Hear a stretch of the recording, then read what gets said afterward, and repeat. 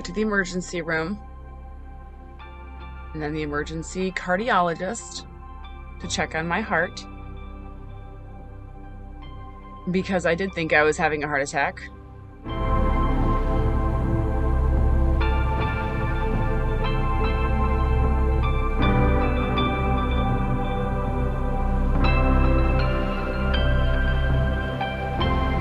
I'm actually still in chest pain, and it's been a week since I was in the emergency room. So it's not a heart attack, some kind of infection or inflammation around my heart. I'm on high doses of ibuprofen. But it really is nothing. I'm supposed to wear a Holter monitor, and I'm going to get a bajillion-dollar bill now. And I'm embarrassed. I don't think I've said that to anybody this week. I'm embarrassed. Because the church blew up over the fact that I was in the emergency room during church. And I started getting texts from people. Although no one was supposed to know, but one of my kids said something, of course. But I think, I laid there in the emergency room. I knew it wasn't an emergency. I think, 60% of me maybe thought I was having a heart attack, actually. But like 40% of me didn't think that I was, and that I was just making it all up. And even though I wasn't making it up that it was an issue, I was definitely in pain. It wasn't a heart attack. And whatever, you should probably get that stuff checked out just in case. I woke up Sunday morning with like shooting pain down my left arm and a lot of chest pressure. Really symptoms of a heart attack, actually. But I came home from the emergency room like in a really, really deep depression. I came home, I didn't say anything. I got in the car, didn't say anything. Got home, crawled in put my pajamas on, crawled in the bed, didn't say anything, and I just laid down. I have this like Xanax that I got from India. Took one of those. I don't normally take those, actually, but I had one. And my husband said, maybe you're having a panic attack. Why don't you, my blood work was clear, whatever. And he said, why don't you take one of those and just like lay down? So that's what I did. And I just was like numb, and I'm just staring out the window, just blank, no thoughts, just blank. Actually, that's not true. I did have thoughts, but like I couldn't react to them. Like I just laid there and let the thoughts race. And the thoughts were just Satan. And I felt like he was just laughing at me. Like, I won. I got you. You're over here breaking the power of the spirit of fear. And you're terrified. I got you terrified that you're going to have a heart attack, to the point where you went to the emergency room and ran up a bunch of bills, which is like my other fear, running out of money and being the one that shipwrecks us because I spend all this money we don't have. We make freaking $45,000 a year. It's probably the cost of my emergency room bill because our insurance has a massive deductible. Our freaking poor crap Medicaid insurance. And I just felt like Satan was just laughing at me. I could like almost hear his voice saying, I got you, I got you, I got you. You think you're so strong? You think you're weathering the storm? You lost. And I just like laid there. And all these thoughts were just coming at me. You lost. And you're going to lose everything. You're going to lose your mother. You're going to lose this battle. And you're going to lose. I can still get to you. Go ahead and worship. Thought you were having a heart attack. And I was super depressed. I just laid in the bed for hours until I fell asleep. My husband came and woke me up. I had been sleeping for like an hour, and he came and woke me up. He said, hey, I just didn't want you to sleep too long. And I like flipped out. I just started screaming. I was like, I'm trying to take a nap, and you Just let me sleep. And he was like, oh my God. So he ran away, scampered off. And then I broke. He closed the door and he like left the house. I screamed at him so badly that he took the girls and left. Then went to the mall or something to get away from me because I'm miserable when I get like that. And I'm nasty. And I'm filled with doubt and anger and fear. And it all just came out of me. Never wake Alicia when she's asleep. That's the rule. That's the lesson learned there, which he has already learned that lesson. But anyway, I need to be worked on a little in that area. The thing is, I wanted to be alone. And one of the things my husband struggles with is when I want to be alone. He struggles to understand that.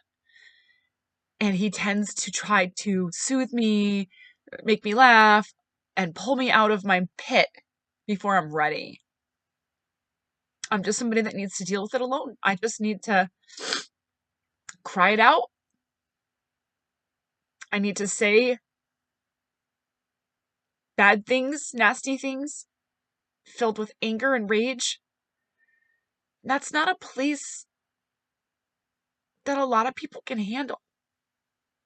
And I have asked him over the years, if I say I need to be alone, please leave me alone. I will come out of it better if you leave me alone, because I will fight the battle, I'll, wage the war, whatever. If he comes in and tries to make me laugh, like, I'm gonna start ripping my pillow in half and like gnashing my teeth. When my emotions are up here, I just need to be left alone to deal with it. And so I was laying in the bed. He came up and tried to like comfort me, and I was like, get the freak away from me. So he turned and ran. And then I just broke, and I just laid there, and I wept, and I cried, and I was so mad at myself for getting all worked up and thinking I was having a heart attack, and I'm not. My heart is like tip-top shape. Blood work is fine, whatever. They think it's viral, and it's just inflamed the muscles around my heart, and it is what it is, and I gotta just take ibuprofen. So here I am a week later. My chest pain has gone down from like a 6 to like a 3. It's still there, but not like it was. It is getting better. And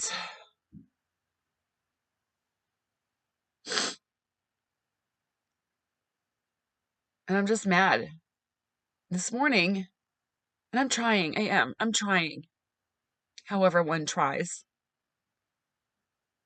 I got up this morning and I was reading my Bible, and I've been reading through Isaiah. And I didn't know what to read this morning. I just didn't feel like reading my Bible. So I thought, I'll keep going with Isaiah. Some days I'm really excited to read the Bible, and I'm just like, what's God gonna speak today? And I have that anticipation. And when I read, the words just, sometimes they just jump out at me. Like, I'm like, wow, that's so amazing and so profound. And I'll just soak in one verse the Lord brought to me.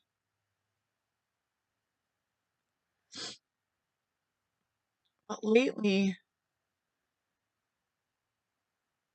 it's like, it's just wooden. It's wooden. It's dry bones. It's sawdust when I read. It's like I'm reading a technical manual for how to put together a bicycle. And I was feeling badly about that this morning. I was like, Lord, are you even there? I was getting hung up because it was this part of Isaiah where, toward the end, where the people are, crying out in their despair, and God was giving promises. And I was struggling because those promises, I'm like, what is this, after we're all dead in the new heaven and the new earth? Because that's not what's happening right here and right now. And I was struggling, like almost like this mocking attitude, like, you're right, when I'm reading these promises. I'm like, give me a break. So they happen in heaven, and that's glorious, but we'll just suffer while we're down here on earth. Then I look at things like my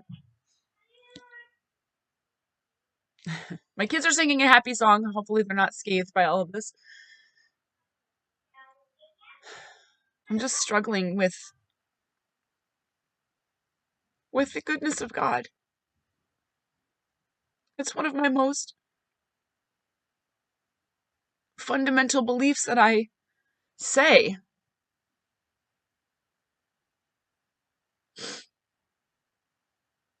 And maybe I do believe it just like really deep down inside. I'm sure I do. And if I look around, I have eyes to see. I do see the goodness of God. But again, I'm not connecting with it. I feel blank.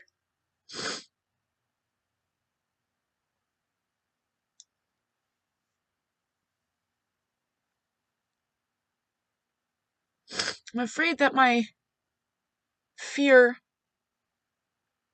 has settled deep inside of me to a place where I don't recognize it anymore. And I'm not addressing it. And I'm in a survival mode. I have no joy. No like abiding joy. Generally speaking, I'm a pretty happy person. Not outwardly happy. I'm not. Just not. I don't know why. I'm not. I'm not a bubbly person. But I am happy and I'm content and I have, that the joy of the Lord is my strength. I do generally have that peace that passes understanding. But this has been a hard mountain. It's been a hard mountain. One of the hardest, if not the hardest, I've ever climbed in my life. And I thought that I've climbed some hard ones. All the miscarriages that I've had, those were tough mountains. They were. Each one was hard. But God is faithful, and I have two beautiful daughters now, after all that misery.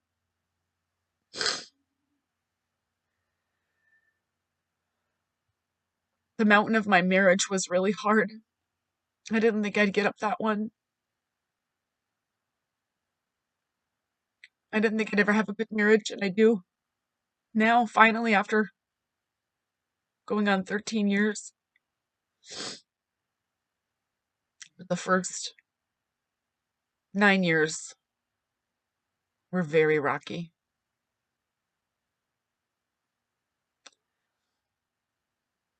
And I look at these mountains, when my son was going through just puberty, but legal troubles, and the cops were at my house, and he was always breaking things, and I would lock him out of the house, and I would throw him into the snow because he was so out of control. That was a tough mountain.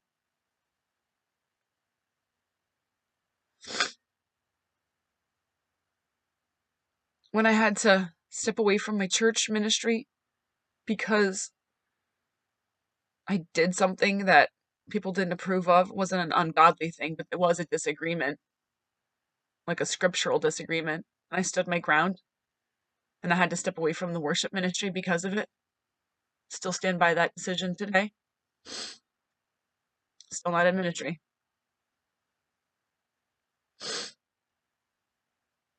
And neither is my husband because of it. Still think we're right. Still think we have the Lord on our side in this, but whatever. It's been a tough mountain. I think I'm on the other side of my rage toward that whole situation. But so there have been tough mountains. It was a tough mountain when I got pregnant and I was single.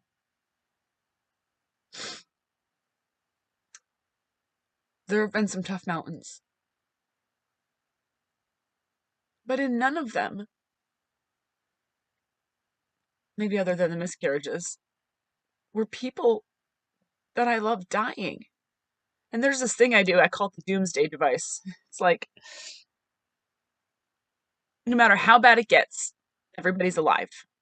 No matter how bad it gets, we'll recover, we'll figure it out, we will, whatever. We're going to get through this because everybody's alive and we can hang on to each other. At the very least, my house burns down, flood sweeps through, whatever it is, we're all alive. And I can go on as long as I have you. I've always felt that way. And now my mom has cancer. And Jesus has the answer.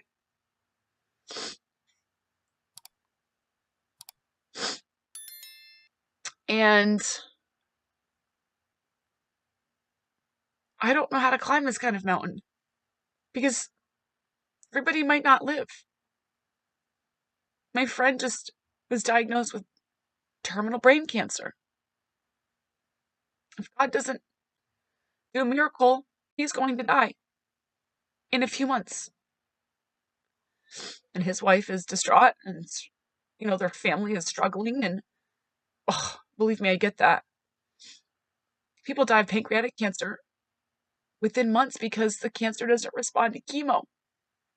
My mom did her second round a few days ago. And whatever, it is what it is. But every time she gets it, I brace myself. Is this going to work, God? Whatever, people climb mountains all the time. I don't know what makes my mountain any higher, more arduous than someone else's mountain. But I can see a shift in myself. And that, in and of itself, is a mountain.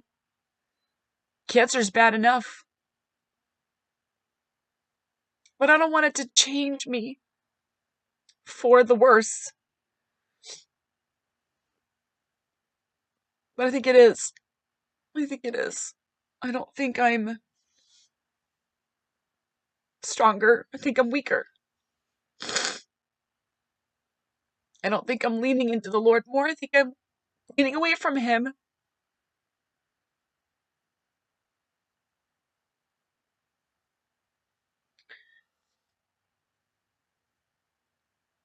My marriage is definitely stressed because of me. I'm just unpleasant. I think I'm an unpleasant person in this season. And it's almost like being pleasant, even to my husband, takes a lot of energy. Not because of anything he's doing, it's just inside of me.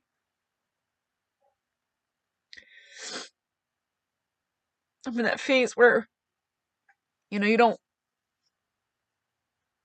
want to play with your kids. They're exhausting me just by their existence.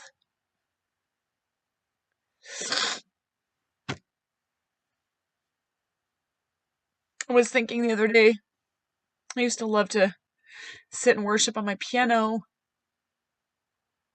I don't do that at all anymore.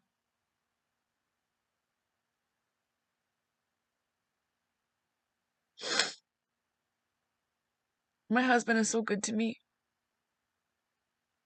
I finished my novel in all of the middle of this misery. And he's been sitting up with me at night instead of watching TV, which we normally do, just check out. He's been reading my book out loud to me as we're editing it. And he's like, I want to read it and I want to, and it helps me to hear it out loud or whatever. And what kind of person does that? A loving person. Someone who loves you and believes in you.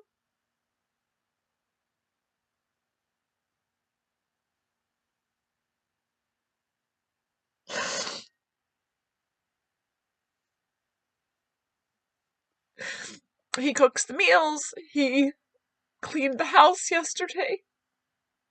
Because I don't do it, I think I'm depressed.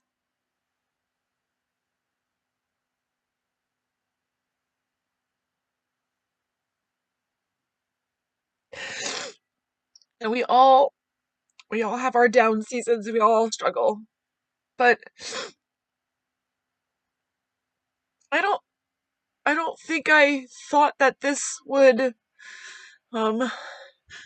fundamentally change me in a really deep place.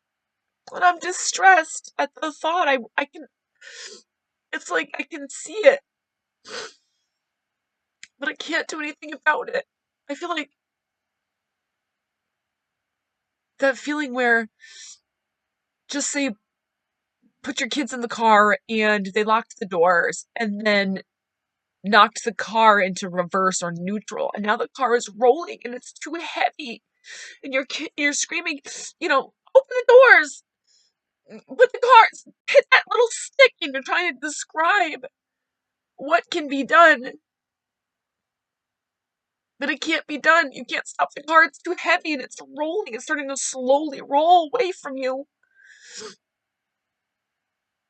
And that's how I feel. I feel like I'm slowly rolling away and I can't stop it. Or my life is rolling away and I can't. I don't know. I'm just really mad at myself. I really am very upset with myself. But I don't know what to do about it. I'm not going to see a therapist. Not for any other reason than I don't need to. Somebody watching this would probably say I do, but I don't. At least, I don't know, not yet. I want to give the Lord a chance to work here, and I want to climb this mountain myself. I'm not saying I don't need help on some level.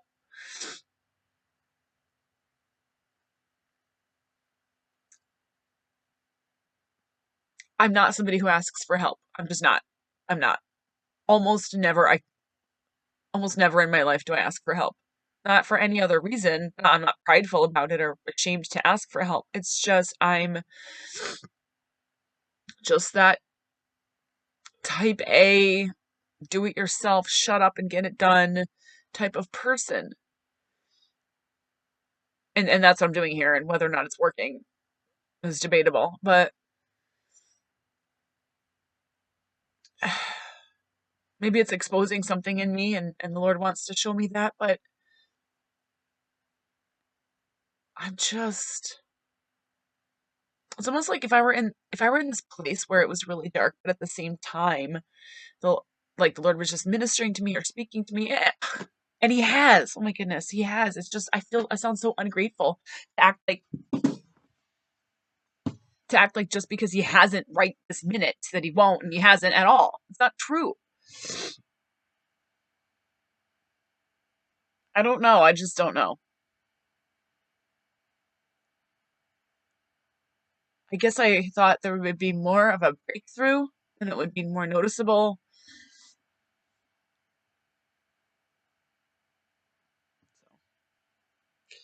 All that to say,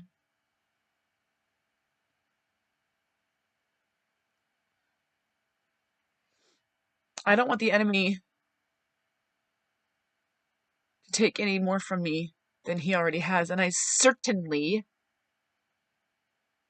have no intention of or don't want to give him anything more than I've already given him. I can't explain to you how upset I was last week when I laid in my bed and wept. The thoughts just hammered into my brain. And it was like almost like these I could hear them being these high-pitched voices like, we got you, we got you. Nah, nah, nah, nah, $5,000 hospital bill, didn't have a heart attack. Nah, nah, nah, nah. I wasn't even grateful that I didn't have a heart attack. I was pissed that I didn't have one, actually. At least that would justify the cost of the bill.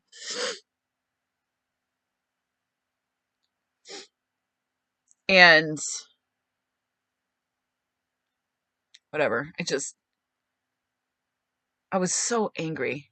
I felt like I was played for a fool. I guess that's how I'll say it. I felt like Satan played me. And I bought it. Hook, line, and sinker. I bought the whole thing. And now I feel like he robbed me. On top of it all, he robbed me because we're going to have to pay this massive hospital bill. And then I had to go see a cardiologist the next day to follow up because I was actually still having pain. And I'm like, what is this pain? It's not anxiety. It's actually a thing. It's an inflammation issue around my heart, not the heart itself. And while that matters, I could have just put myself on a regimen of ibuprofen and gotten through it.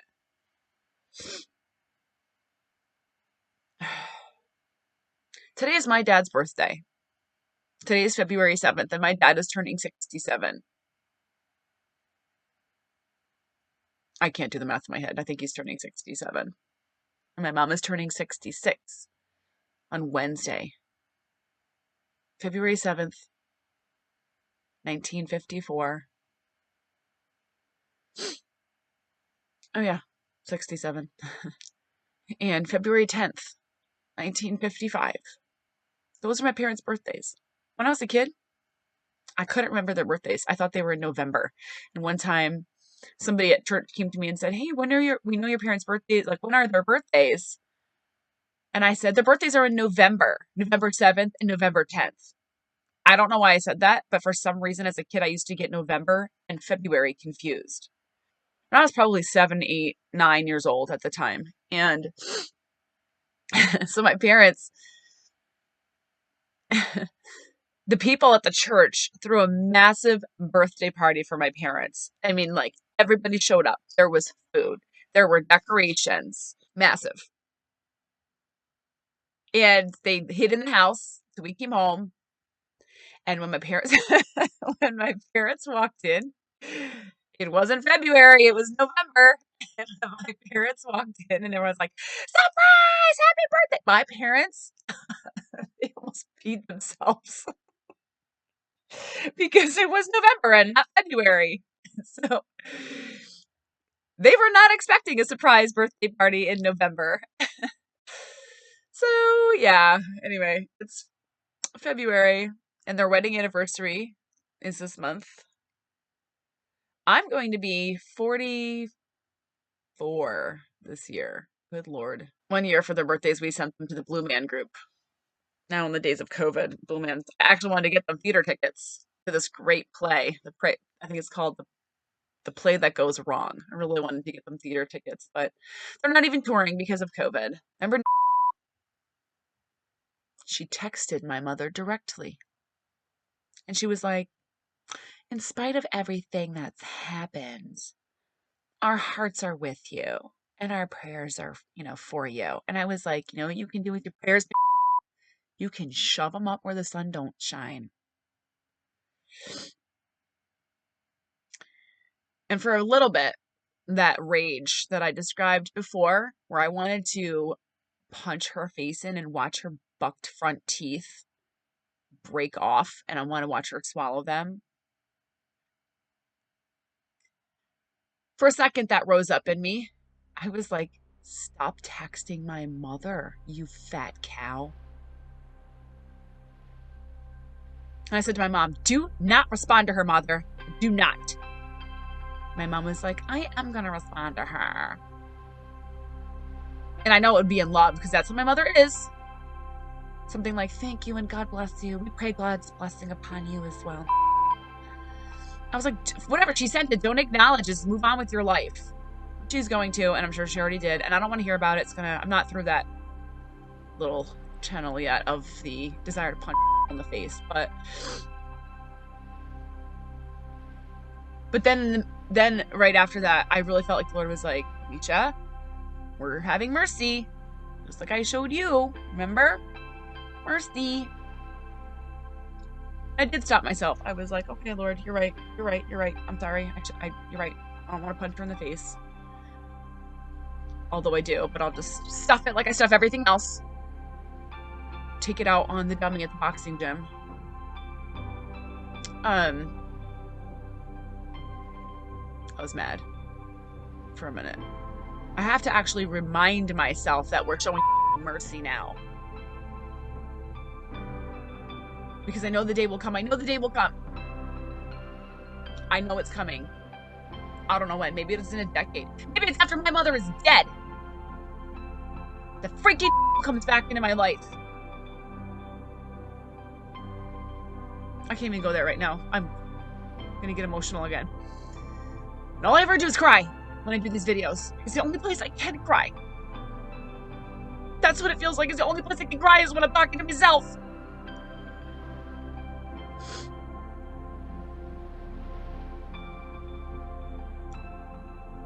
So, whatever, we're showing mercy. I just gotta push those thoughts away. Put them under subjection. Cast down the imagination.